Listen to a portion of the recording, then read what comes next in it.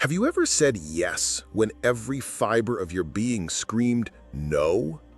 Have you ever twisted yourself into a version of you that others would like while slowly losing touch with who you really are? Are you constantly chasing approval but still feel empty inside? Today, I want to talk to the silent warriors, the ones who give and give and give but forget to give to themselves. The ones who fear disappointing others more than they fear betraying themselves. If that sounds like you, then this message is your turning point. Before we dive in, I invite you to subscribe for more powerful ideas on reclaiming your time, energy, and inner strength through Stoic wisdom and modern self-mastery. Let's build a life on your terms, not someone else's expectations. 1. The approval trap. Why pleasing others steals your power. People-pleasing is not kindness, it's self-abandonment disguised as virtue. It's the hidden agreement we make with the world. I'll shrink myself if it means you'll like me. But in doing so, we trade authenticity for acceptance. We become shapeshifters, always adjusting to fit in, even when it goes against our values or depletes our spirit. The tragedy is that this act, which seems like connection, is really a form of invisibility. You're not being loved, you're being performed for. The Stoics taught that peace comes not from external validation, but from internal virtue. Epictetus reminded us that we are disturbed not by things, but by our opinion of them. If we believe approval equals safety, we will chase it at all costs. But that chase leads us away from our center. When your actions are ruled by the need to be liked, you are no longer living freely. You're living as a prisoner of perception. You become trapped in a hall of mirrors, constantly scanning for how others see you and losing sight of yourself. Every time you ignore your needs to meet someone else's expectations, you are teaching yourself that your worth is conditional. That's not humility. It's self-erasure. It trains the nervous system to brace for rejection, to fear boundaries, and to associate love with sacrifice. But true love, true connection, honors the whole person, not just the agreeable version. If you must hide your opinions, suppress your desires, or endure discomfort just to be accepted, then what you've gained isn't love, it's dependency. Freedom begins the moment you realize not everyone has to approve of you, and you don't have to be exhausted to be loved. The Stoic life is not about cold detachment, but courageous alignment. You act from principle, not popularity. You speak with clarity, not calculation. The ones who truly value you will meet you there, and those who don't, their rejection is not your failure. It's your redirection. Let their disapproval be the proof that you are finally living on your own terms. To untangle from the approval trap, begin by questioning the fear beneath it. What do you believe will happen if someone dislikes you? What punishment are you anticipating? Often the fear isn't real, it's inherited. Maybe from a childhood where love was conditional or a culture that rewards conformity. But you are no longer that powerless child. You are no longer bound by survival. You get to choose how you show up now, rooted in integrity or bent in fear. Choosing authenticity is not always comfortable, but it is always clean. When you say what you mean and live what you believe, the world begins to reflect your inner peace. No more performing, no more apologizing for existing. That is where real confidence comes from. Not perfection, but permission. Permission to be exactly who you are, without compromise. 2. The high cost of being nice. There is a difference between being kind and being compliant. Niceness is often a mask, one we wear to avoid conflict, keep the peace, or gain approval. But this mask has a price: your energy, your boundaries, your time. It tells others, I am available at all times, for all things, no matter the cost to myself. This kind of niceness is performative, not principled. And while it may win temporary approval, it slowly dismantles your sense of self. People pleasers often live in emotional debt, saying yes when they mean no, staying silent when their soul is screaming. And over time, resentment builds, not just toward others, but toward yourself. Because deep down, you know you're betraying your own needs. That betrayal is subtle at first. You feel drained, anxious, unseen. But eventually, it becomes a full-blown crisis of identity. Who am I beneath all this compliance? What do I want when I'm not just reacting to others? Marcus Aurelius wrote, "If it is not right, do not do it. If it is not true, do not say it." Living in alignment with your values requires the courage to say what you mean and to mean what you say. That kind of honesty can be uncomfortable. It may upset people, but it will restore your dignity. When you stop cushioning others from discomfort, you begin to find your own emotional footing. Stoicism teaches us that our job is not to manage how others feel, it's to live rightly. Being too nice can cost you your self-respect. It can bury your true voice beneath layers of compromise. And the more you compromise, the more you start to vanish. Niceness becomes a form of self-abandonment, a way to avoid the discomfort of being disliked or misunderstood. But your truth is not a liability. It is your compass. Every time you honor it, you reclaim a piece of yourself. But kindness that stems from strength, that's power. That's virtue in action. When your kindness is chosen, not compelled, it radiates authenticity. You're not doing it to gain approval, you're doing it because it reflects who you are. That's the kind of kindness the world needs. Not martyrdom, not people who say yes while dying inside, but individuals who have the courage to say, this is what I believe, this is what I can give, and this is where I draw the line. So next time you feel the urge to be nice, ask yourself, is this honest? Is this respectful to me? Is this necessary? If the answer is no, give yourself permission to pause. Niceness rooted in fear is not noble. It's not even helpful. It creates relationships based on illusion, not intimacy. And there's nothing more isolating than being surrounded by people who don't actually know you because you've never shown them the real you. 3. Reclaiming time through boundaries. Your time is not an open buffet for the world to pick at. Every moment you give away to things that drain you is a moment stolen from your purpose, your growth, your peace. The Stoics understood that time is the one resource we can never get back. Seneca wrote, "People are frugal in guarding their personal property, but as soon as it comes to squandering time, they are most wasteful." When you lack boundaries, you are essentially telling the world your life is up for grabs. People pleasers struggle with boundaries because they fear rejection, but the Stoics remind us that rejection is outside of our control. What matters is living in alignment with reason and principle. If you say no and someone walks away, they were not in your life for the right reasons. Boundaries reveal who is aligned with your truth and who was merely using your availability. This is not cruelty, it is clarity. When you set boundaries, you're not being selfish, you're being sovereign. You're saying, I choose how I live, how I give, and who gets my energy. That is the very essence of Stoic freedom, to live according to nature, guided by reason, not compulsion. You are not here to be everything to everyone. You are here to fulfill your purpose, and that requires discernment, not guilt. Start simple. Say no without apology. Prioritize what nurtures your mind and soul. Let people feel disappointed. It's not your job to manage their emotions. Your job is to honor your own truth. This doesn't mean being harsh or callous. It means being rooted, grounded, honest.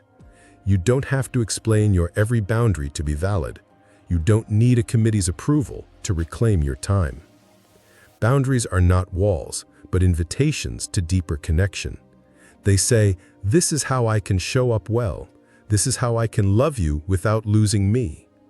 The people who respect your limits are the ones who respect your worth. The ones who guilt you, manipulate you, or withdraw, let them go. You are not here to contort your schedule and soul to make everyone else comfortable. The beauty of boundaries is that they create space. Space for rest, for purpose, for joy. They quiet the noise and amplify your voice. Every no to the wrong thing becomes a yes to the right one. So take your time seriously, protect it, invest it wisely. It is the currency of your life. And every moment you reclaim is a step toward the freedom the Stoics cherished most. The freedom to live well, with virtue, on your own terms. 4. Building assertiveness through Stoic strength. Assertiveness is not aggression, it's clarity with courage. It's standing firm in who you are, even when others want you to bend. Far too often, people confuse assertiveness with hostility, as if speaking clearly for your needs somehow disrupts the peace. But in truth, nothing is more disruptive than long-term silence in the face of disrespect. Assertiveness is the art of honoring your boundaries while respecting others. It's what happens when inner conviction meets external clarity. A Stoic knows that strength isn't about dominating others, it's about refusing to betray yourself. And in a world that often rewards compliance over authenticity, assertiveness becomes an act of quiet rebellion. Epictetus taught that our opinions, choices, and responses are within our control. That's the foundation of assertiveness, the realization that your voice matters as much as anyone else's. When you internalize this principle, your entire demeanor shifts. You no longer feel the need to please or appease. You recognize that no one has more authority over your inner world than you do. The opinions of others, whether approving or condemning, are merely impressions. They are not facts. By focusing on what's yours, your judgments, your values, your actions, you create a life of agency. You stop outsourcing your peace to the whims of others. This is where Stoic strength becomes the root of assertiveness, a quiet, unwavering belief that your truth deserves space. You don't need to raise your voice, you just need to stop lowering your standards. The loudest person in the room is often the most unsure. True assertiveness is calm because it doesn't seek control, it seeks alignment. When you stand by your boundaries, you affirm your standards for treatment, time, and energy. You begin to notice where you've compromised your values just to avoid conflict. But growth requires confrontation, not in a combative sense, but in a courageous one. You confront your own habits of silence, your own patterns of self-betrayal.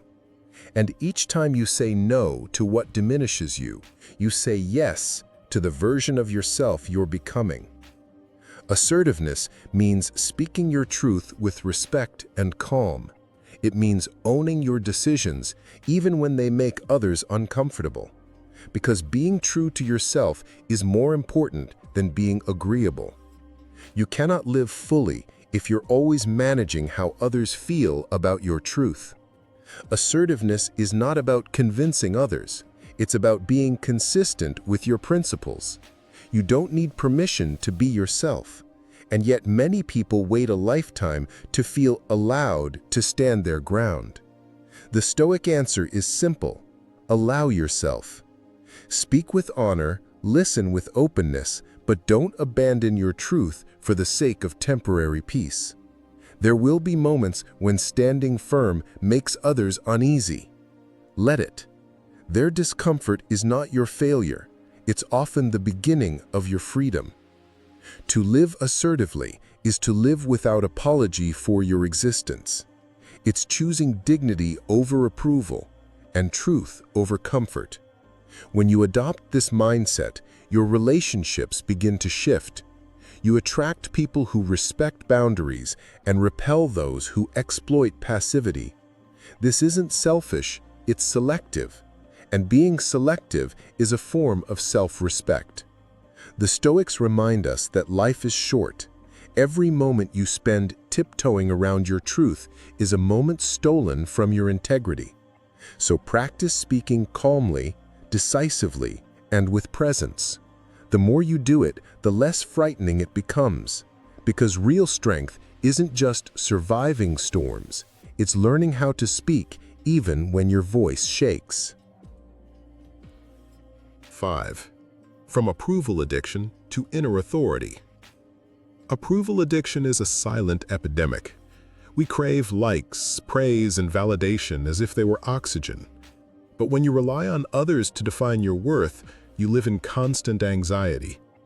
This dependency masquerades as humility, but it's actually a form of quiet desperation. When your sense of value is tied to how others perceive you, every interaction becomes a performance. You edit yourself to fit expectations. You mute your opinions to avoid disapproval. Over time, this self-erasure breeds resentment, exhaustion, and an identity crisis. The Stoics saw this clearly. They warned against the pursuit of fame, applause, and public favor, not because they were cynics, but because they understood that what others think is never truly within our control. Chasing approval is chasing wind. The Stoics teach us to root our value in character, not compliments. True power comes when you no longer need external applause to feel whole. Your character, your virtues, your choices, your values, is the only stable foundation for self-worth. Compliments come and go, praise fades, but integrity stays. Marcus Aurelius wrote that you should be indifferent to what makes no difference, and the opinions of the crowd often fall into that category.